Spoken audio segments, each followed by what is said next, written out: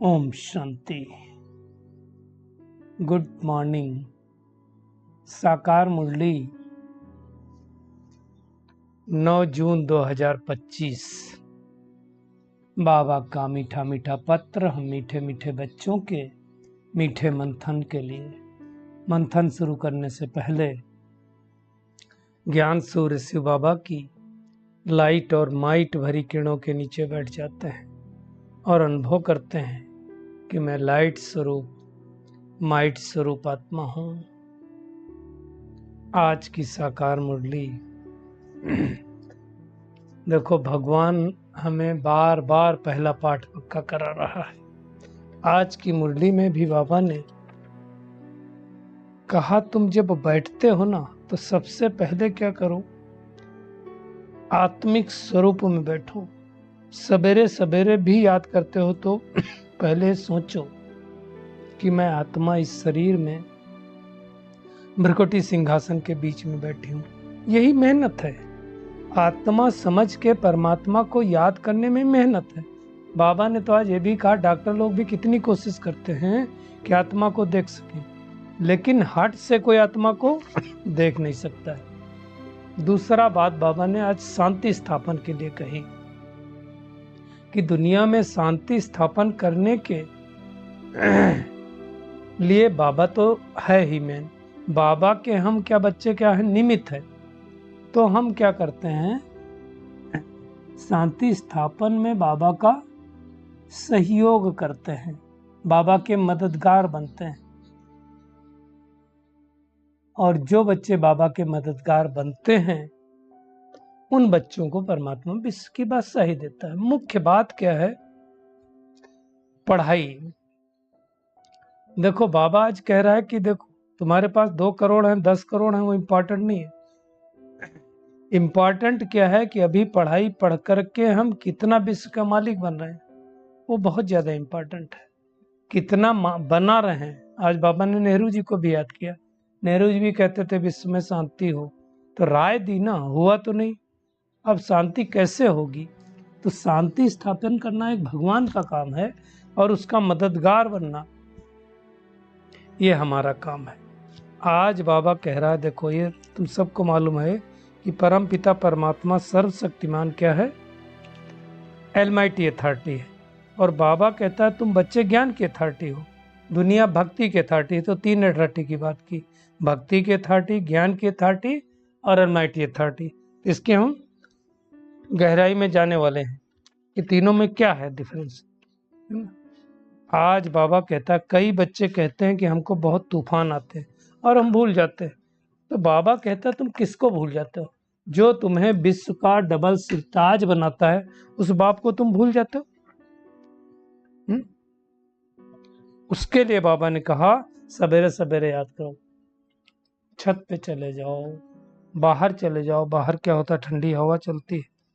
ये भी आज बाबा कह रहा है, तुम 1 घंटे भी पैदल चलो ना बाबा की याद में, तो टांगे थकेंगी नहीं, है ना। उसके बारे में बाबा ने कहा, सारा मदार तुम्हारा पढ़ाई पे ही है ना। आज ये भी बाबा ने कहा, मैं कोई थॉट रीडर नहीं हूं, मैं तो आकर के हिस्ट्री ज्योग्राफी का ज्ञान देता हूं। आज बाबा ये भी अटेंशन खिंचवा रहा है कि किसी को तीर लगना होता है ना, तो 7 रोज भी नहीं चाहिए, 1 दिन में भी तीर लग सकता है, 1 सेकंड में भी तीर लग सकता है। और ऐसा बहुत बार हुआ है, कोई को ये बात बैठ जाती है तो उनको तीर लग जाता है। आज बाबा ये भी अटेंशन खिंचवा रहा है, मुरली कभी मिस नहीं करनी। कई लोग क्या होता है कि मुरली के ऊपर अटेंशन नहीं देते, पढ़ाई नहीं करते।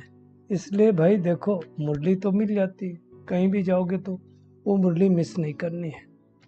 और सर्व के गुण देखते हुए हमें क्या करना, सबके गुणों को देखना है, लेकिन साथ साथ बाप के गुण अपने अंदर धारण करने हैं, है ना। तो यही हमको मेहनत करनी है। हम शुरुआत करेंगे पढ़ाई। दुनिया में भी पढ़ाई बहुत इम्पोर्टेंट है, यहाँ भी इम्पोर्टेंट है। दुनिया में भी जब पढ़ाई करते हैं तो आजकल तो लोग पढ़ाई करते हैं। पढ़ाई करने का मतलब क्या हुआ? जब हम वो पढ़ाई करते थे तो उसमें एक कैरेक्टर देखे जाते थे, इसलिए दुनिया में लोग कहते थे, पहले का तो यही कहावत था, wealth is loss, nothing is loss, health is loss, something is loss, character is loss, all thing is loss. अभी तो उल्टा हो गया। अभी लोग क्या कहते हैं, wealth is loss, everything is loss, character is loss, nothing is loss, health is loss, something is loss. तो सब उल्टा हो गया। कैरेक्टर अब नहीं ठीक है, मतलब सोच नहीं ठीक है, तो हेल्थ तो हो ही नहीं सकती, और वेल्थ कमाएंगे भी तो चली जाएगी। इसलिए दुनिया में आजकल भगवान भी वही कहता है और दुनिया वाले करते भी हैं कि जीवन का आधा समय अपने इस शरीर को बर्बाद करते हैं, हेल्थ को बर्बाद करते हैं वेल्थ कमाने में, और बचा हुआ जिंदगी का आधा जो समय है वो क्या करते हैं, उस वेल्थ को यूज करते हैं हेल्थ को ऑक्युपाई करने के लिए। कोई बुद्धिमानी नहीं है। तो मुख्य बात क्या है, पढ़ाई। चाहे हमें शरीर चलाने की पढ़ाई हो, चाहे मन को चलाने की पढ़ाई हो, चाहे जो बाबा आध्यात्मिक पढ़ाई पढ़ रहा हो वो पढ़ने की बात हो, वो पढ़ाई कब पढ़ेंगे, जब हम मायावी दुनियावी बातों को छोड़ देंगे। देखो, या तो दुनिया की बातें चलेंगी या तो भगवान की बातें मन में चलेंगी। तो हमें चेक करना हमारे अंदर कौन सी बातें चल रही हैं। अगर भगवान की बातें चल रही हैं तो फिर दुनिया की बातें नहीं हो सकती। दुनिया की बातें चलेंगी तो भगवान की बातें फिर हमारे मन में नहीं चल सकती। तो ये बहुत इम्पोर्टेंट बात है, हमें ध्यान देना है, क्योंकि जब तक हम पढ़ेंगे नहीं तब तक हम आगे बढ़ेंगे नहीं। दुनिया में कहते हैं ये पढ़ेंगे लिखेंगे तो बनेंगे नवाब, है ना। हालांकि ये भी कहावत पहले हम जो बचपन में थे तो सुनते थे कि पढ़े लिखे से कुछ ना होई, हल जोते से डहरा भर होई। डहरा बोलते हैं जिसमें वो अनाज रखते थे।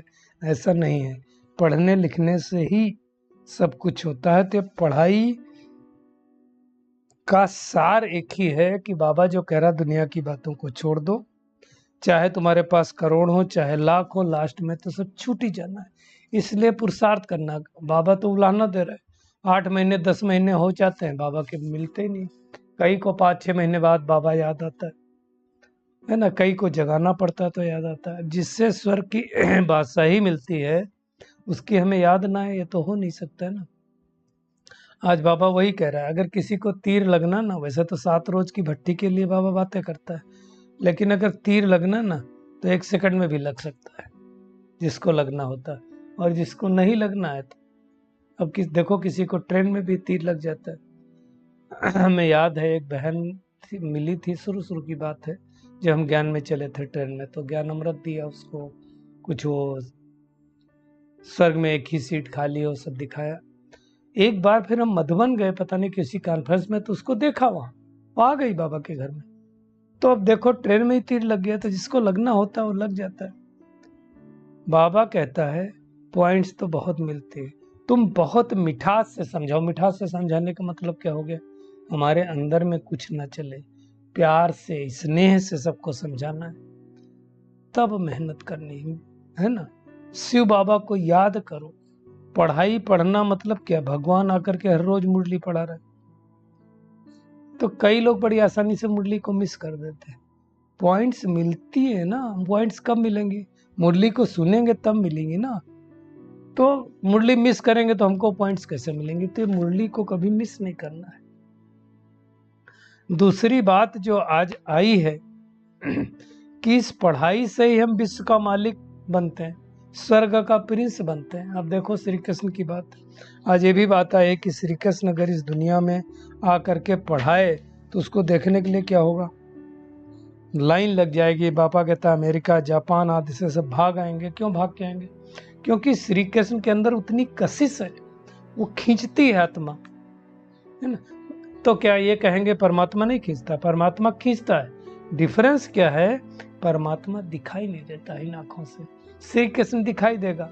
तो जो चीज दिखती है देह अभिमान में होने के कारण हम सूक्ष्म चीज को नहीं पहचान पाते हैं, ये बात है। बाकी श्री कृष्ण को भी तो श्री कृष्ण जैसा बनाने वाला कौन, वो तो वही परमात्मा ही है ना, बाकी तो किसी ने बनाया नहीं। तो वो हमें मेहनत करनी है। और आज बाबा कह रहा है कि विश्व में शांति का राज्य था, अब नहीं है, अब अशांति का राज्य है। तो शांति का राज्य स्थापन करने के लिए भगवान फिर से आया है।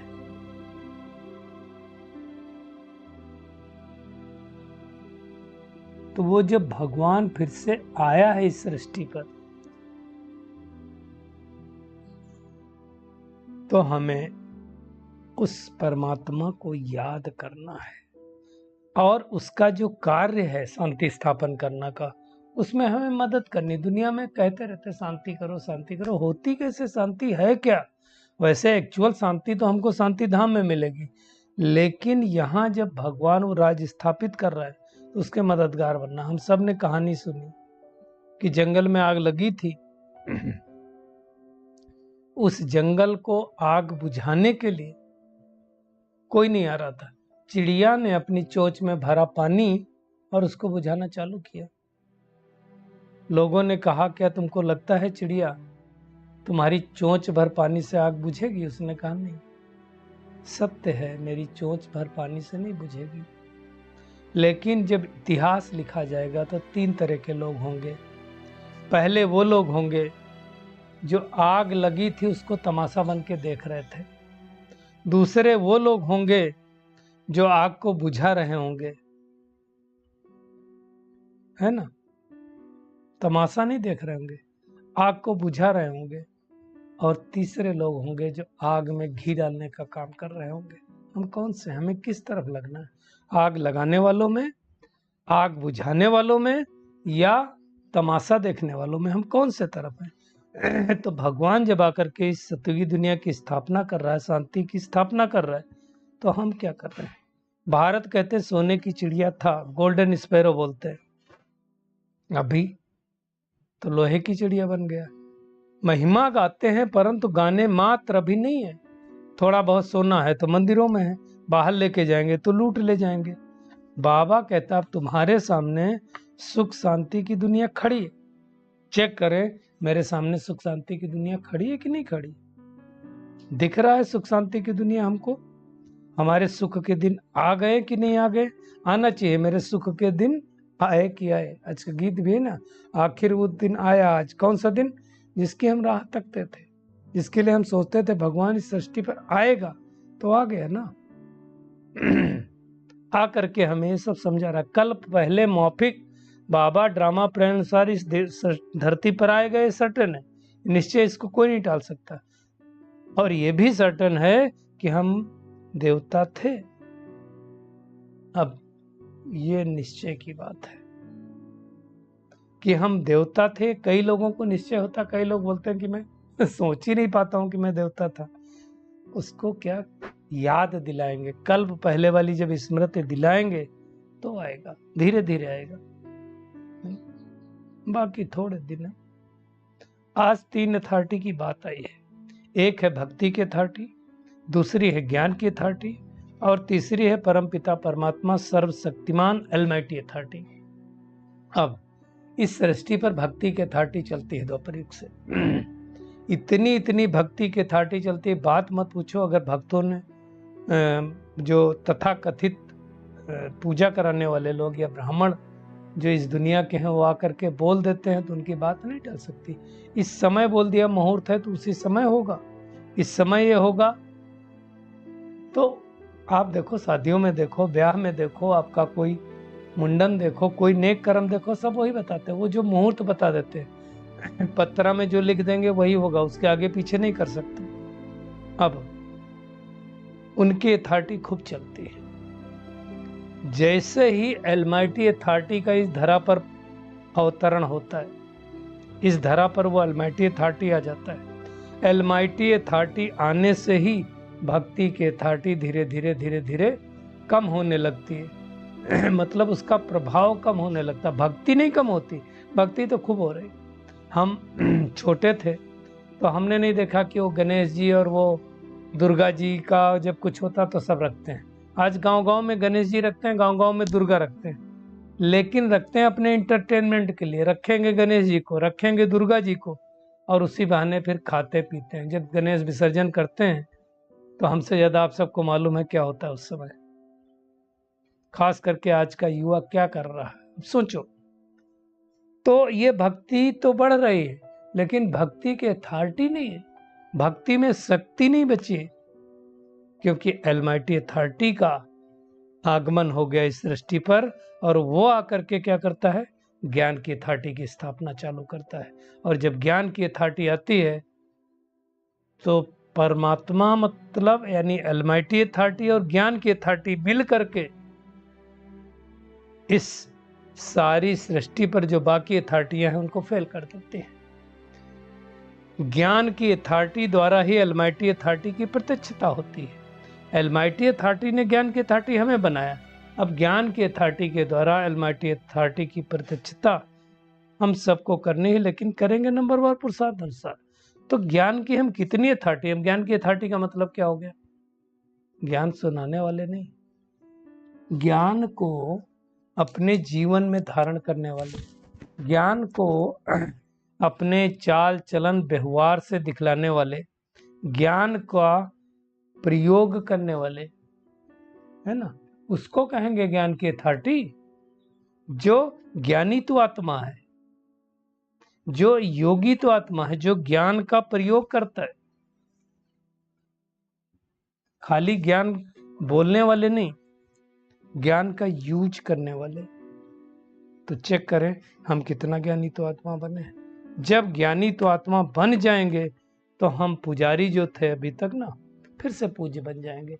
देखो कितनी श्रेष्ठ बात है। आधा कल हम पूज्य रहते हैं, आधा कल पुजारी बनते हैं। तो जब आधा कल हम पुजारी बनते हैं तो जो हम पूज्य थे उस स्वरूप की पूजा करते हैं। कितनी हंसी की और वंडरफुल बात है। परंतु ड्रामा में नूंद है तो ये होता है, इसमें कोई डाउट थोड़ी है ना। बाबा ने कहा कि ये पूरा जो ड्रामा है ना, ये टिक टिक करके चलता रहता है। इस ड्रामा में हर एक का एपिसोड जो कल्प पहले हुआ था वो फिर से रिपीट होगा, है ना। एक घड़ी दूसरे घड़ी से मिल नहीं सकती है। ये बातें परमात्मा के सिवाय कोई नहीं बता सकता। दुनिया में तो क्या क्या इस ड्रामा की आयु ही लाखों वर्ष कर दी है। भगवान 5000 वर्ष की स्टोरी हमें बताता है, और इस 5000 वर्ष की स्टोरी में कैसे 5 युग कार्य करते हैं वो भी बताता है, और इसी को सुदर्शन चक्र कहा जाता है। आज बाबा की कंप्लेन देखो क्या है। कई बच्चे कहते हैं बाबा तूफान बहुत आते हैं हम भूल जाते हैं। बाबा कहता है देखो तुम किसको भूल जाते हो। दादी प्रकाश मणि कहती थी भूलना मुश्किल है, और हम कहते हैं भूल जाते हैं। तो बाबा कहता है बाप जो तुमको डबल सिरताज विश्व का मालिक बनाते हैं उनको तुम भूलते कैसे हो। दूसरे किसी को नहीं भूलते, स्त्री बाल बच्चे चाचा मामा काका मित्र संबंधी किसी को नहीं भूलते, बाकी इस बात को भूल जाते हो। कौन सी बात को, कि हम भगवान हमको पढ़ा रहा है ना। और इसी बात में हमारा युद्ध है। किसका युद्ध, माया के साथ युद्ध है, कि हम माया हमको भुला देती है भगवान को। तो बाबा कहता है उसके लिए क्या करो, तुम सवेरे सवेरे अमृत बेला उठ जाओ। और कई बार क्या होता है उठने के बाद हमें नींद आती, तो क्या करो, उठ करके बाप की याद में सैर करो, बाहर निकलो, बाहर ठंडी हवा होती है, छतों पर चले जाओ, ठंडी हवा में बाबा कहता चले जाओ। जरूरी नहीं कि बाबा के कमरे में ही बैठो, बाहर जा सकते हो। और देखो बाबा क्या कह रहा है, सवेरे के टाइम कोई डर भी नहीं होता है। तो आप देखो 4 बजे का जो समय होता है ना, 4 बजे कोई डर नहीं होता है, क्योंकि जो गड़बड़ करने वाले होते हैं वो भी 4 बजे सो जाते हैं। तो उस समय बाबा कहता याद करो, रेस करो। क्या रेस करो, कि हम कितना बाबा को याद करते हैं। बुद्धि इधर उधर तो नहीं जाती, चेक करो कहाँ कहाँ बुद्धि हमारी भटकी तो नहीं। नोट करो कितना समय बाबा को याद करते हैं। यही बाबा कहता है उन्नति करने का और एक दो उन्नति दिलाने का साधन है। आज देखो बाबा क्या कह रहा है, याद में तुम 1 घंटा पैदल भी करो ना तो टांगे थकेंगी नहीं। अब ये बड़ी बात है ना। कई लोगों ने किया है यात्रा तो थकते नहीं थे, ऐसे हमें भी थकना नहीं। भगवान जो विश्व का मालिक बना रहा है, राजयोग सिखला रहा है, उसे हमें भूलना नहीं चाहिए। आज एक और बात बाबा ने बताई है कि अगर ये ब्रह्मा बाबा पहले से पढ़ा होता, कोई से भी पढ़ा होता, कोई मान लो गुरु से पढ़ा होता, तो उसके जैसे और भी होते ना पढ़ाने वाले, वैसे तो हुए नहीं। इसका मतलब उसके द्वारा ये परमात्मा ही आकर के पढ़ाता है। इस बात को अच्छी तरह से समझना, क्योंकि कई लोगों को निश्चय नहीं होता है ना। नर से नारायण बनने की कथा ये परमात्मा ही सुनाता है। और एक बात आज फिर से आई है कि रावण को कैसे जलाते हैं दुनिया में कोई नहीं जानता है ना। भगवान आकर के हमें ये सारी बातें अच्छी तरह से समझाता है। मुख्य बात है अपने को आत्मा समझ करके बाबा को याद करना है। जितना हम याद करेंगे उतना हमारे अंदर ताकत आती जाएगी और आत्मा के ऊपर जो जंक चढ़ी हुई वो उतरती जाएगी।